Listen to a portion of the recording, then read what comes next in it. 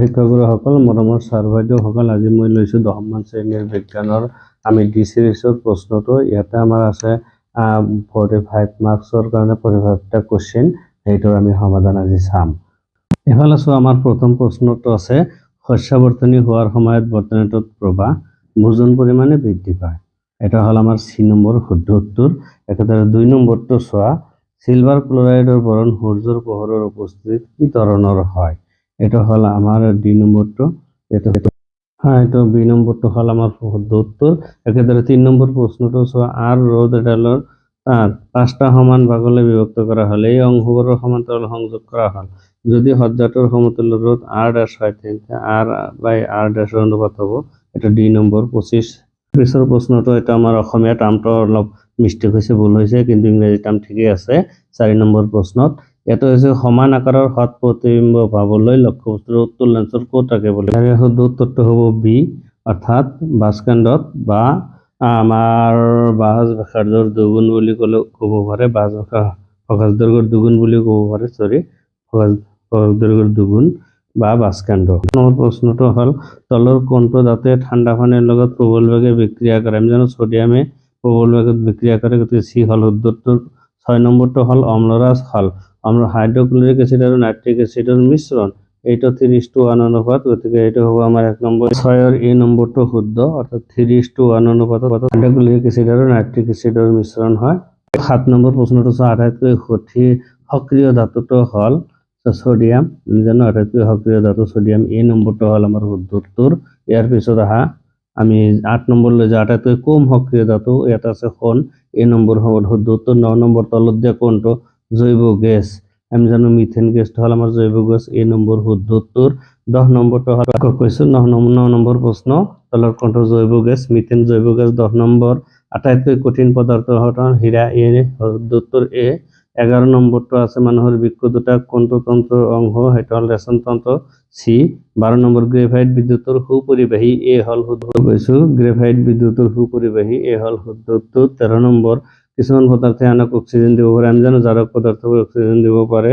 আমি নাইট্ৰিক এচিডক উদাহৰণ দিব পাৰোঁ, যিটো জাৰক হিচাপে কাম কৰে। নাইট্ৰিক এচিডে অক্সিজেন দান কৰিব পাৰে, সেয়ে আমি এইটো জাৰক উদাহৰণ 14 নম্বৰ প্ৰশ্নটো আছে, আমি বৰ্তমান ডেছটা মৌলৰ বিষয়ে জানো।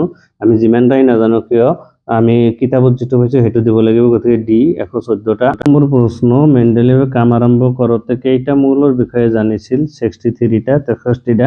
এ শুদ্ধ উত্তৰ। 16 নম্বৰ স্পাইগোমোমিটাৰ এবিধ যন্ত্ৰ, যাক মানুহৰ দেহ জুখিবলৈ ব্যৱহাৰ কৰে, ৰক্তচাপ জুখিবলৈ। এ হ'ল শুদ্ধ উত্তৰ। 17 নম্বৰ অজীৰ্ণতাৰ চিকিৎসাৰ বাবে তলৰ কোন ধৰণৰ ঔষধ ব্যৱহাৰ কৰা হয়। আমি জানো অম্লনাশক, চি হ'ল শুদ্ধ উত্তৰ। 17ৰ চি। 18 নম্বৰ বৃক্কৰ গঠন আৰু কাৰ্যৰ একক হ'ল নেফ্ৰন। এ নম্বৰ শুদ্ধ উত্তৰ। 19 শ্ৰেণীৰ মাত্ৰা নিয়ন্ত্ৰণ কৰি থকাত সহায় কৰা অগ্নাশয়ৰ দ্বাৰা উৎপাদিত হৰম'নবিধ হ'ল ইনচুলিন। ইনচুলিনে শ্ৰেণীৰ মাত্ৰা নিয়ন্ত্ৰণ কৰে।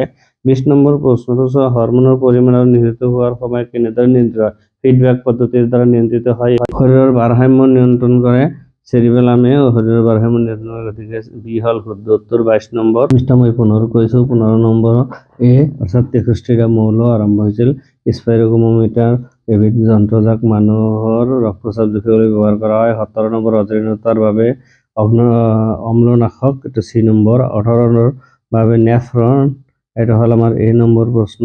19 নম্বৰত আছে চি নম্বৰ ইনচুলিন। ইনচুলিনে আমাৰ চুগাৰৰ মাত্ৰা নিয়ন্ত্ৰণ কৰে। 20 নম্বৰ হৰম'নৰ পৰিমাণ আৰু নিশ্চিত হোৱাৰ সময় কেনেদৰে নিৰ্ধাৰিত হয়। ফিডবেক পদ্ধতিৰ দ্বাৰা নিৰ্ধাৰিত হয়। 2 নম্বৰ শুদ্ধ উত্তৰ।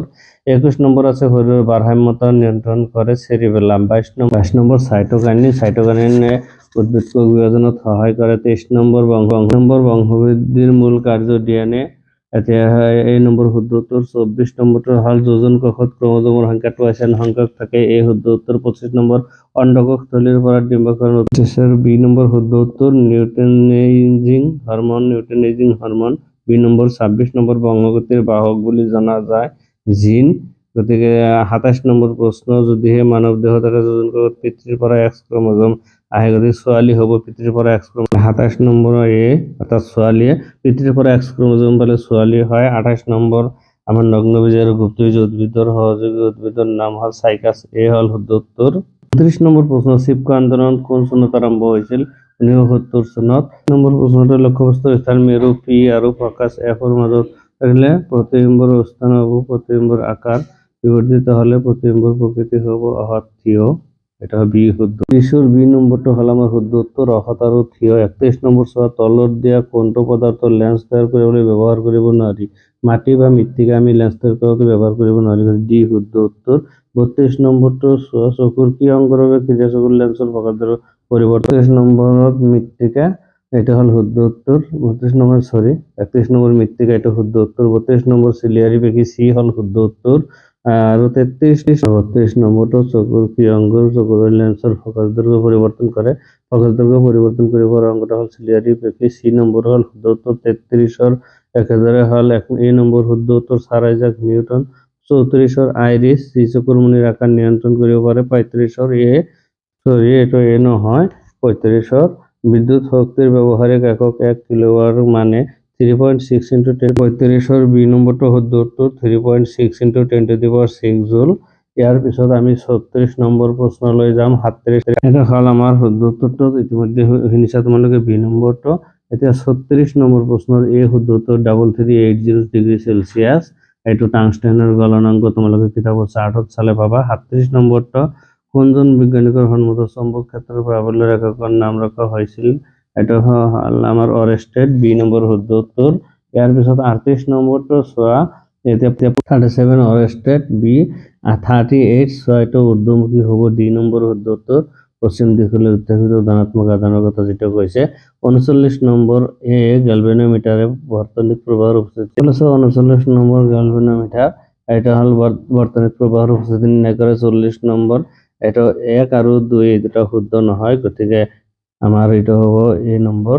1 আৰু 2 এইটো শুদ্ধ নহয় এই নম্বৰ। 41 নম্বৰটো এতিয়া আমি চাওঁ।